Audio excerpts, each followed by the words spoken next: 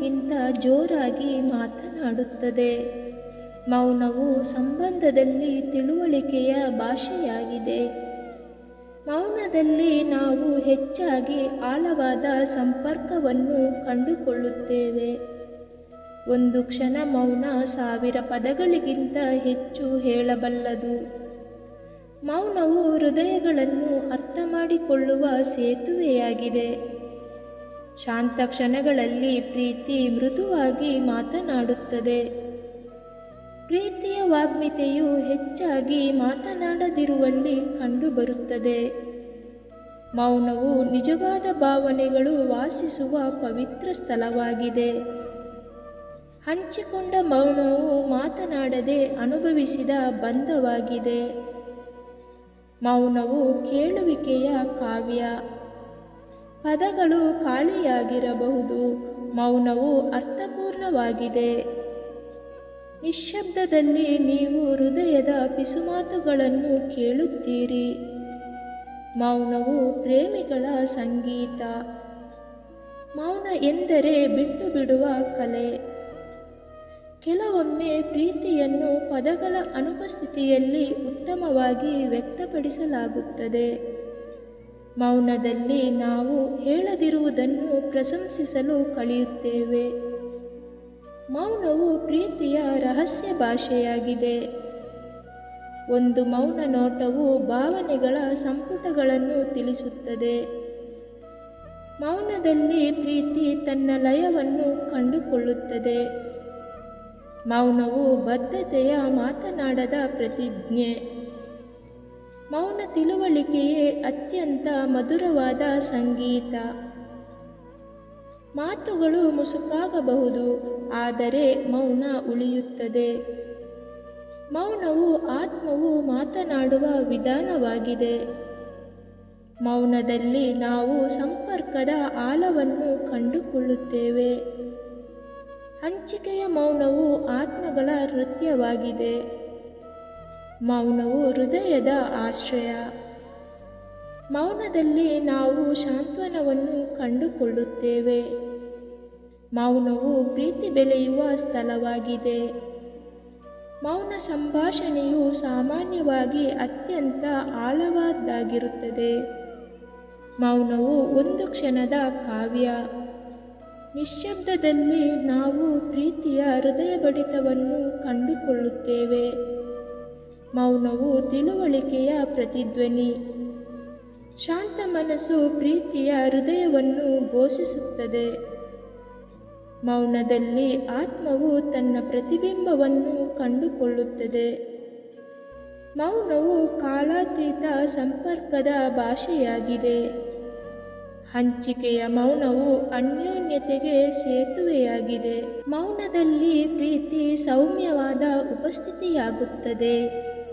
ಪದಗಳು ವಿವರಿಸಬಹುದು, ಆದರೆ ಮೌನ ಅರ್ಥಮಾಡಿಕೊಳ್ಳುತ್ತದೆ.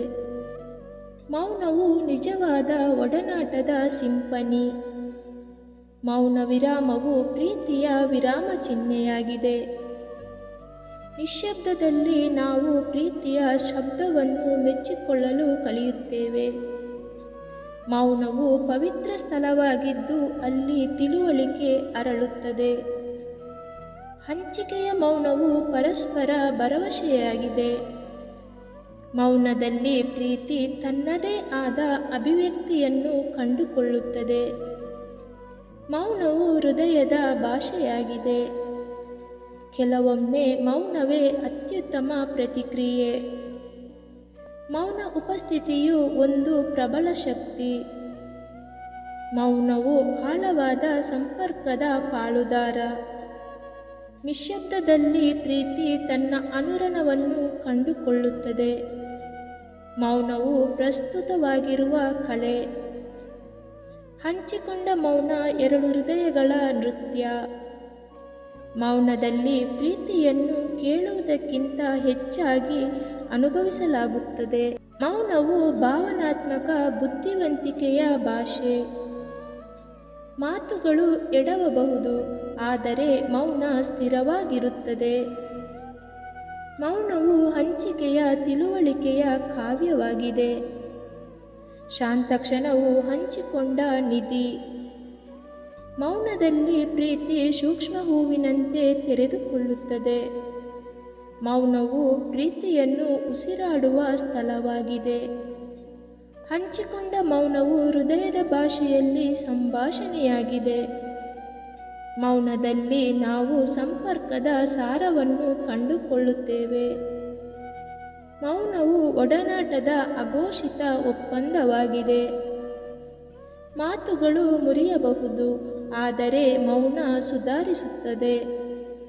ಮೌನ ಬಂಧವು ನಂಬಿಕೆಯ ಕೋಟೆಯಾಗಿದೆ. ಮೌನದಲ್ಲಿ ಪ್ರೀತಿ ಆಧಾರವಾಗುತ್ತದೆ. ಹಂಚಿಕೆಯ ಮೌನವು ಸಮಯದಲ್ಲಿ ಒಂದು ಪವಿತ್ರ ವಿರಾಮವಾಗಿದೆ. ಮೌನವು ನಿಜವಾದ ಉಪಸ್ಥಿತಿಯ ಭಾಷೆಯಾಗಿದೆ. ನಿಶ್ಶಬ್ದದಲ್ಲಿ ಪ್ರೀತಿ ತನ್ನ ನಿಜವಾದ ಬಣ್ಣಗಳನ್ನು ಬಹಿರಂಗಪಡಿಸುತ್ತದೆ. ಪದಗಳು ಬೇರ್ಪಡಿಸಬಹುದು, ಆದರೆ ಮೌನವು ಒಂದುಗೂಡಿಸುತ್ತದೆ. ಮೌನವು ಹಂಚಿಕೊಂಡ ಏಕಾಂತತೆಯ ಭಾಷೆಯಾಗಿದೆ. ಮೌನ ತಿಳುವಳಿಕೆಯೇ ಪ್ರೀತಿಯ ಅಡಿಪಾಯ.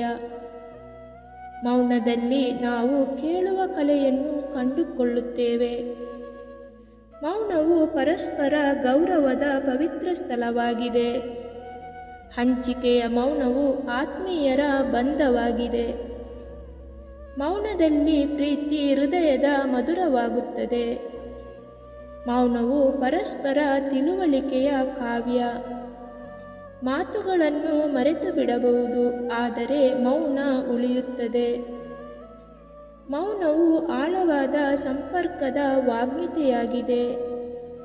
ಹಂಚಿಕೊಂಡ ಮೌನವು ಹಂಚಿಕೊಂಡ ಅನುಭವಗಳ ಪ್ರತಿಧ್ವನಿಯಾಗಿದೆ.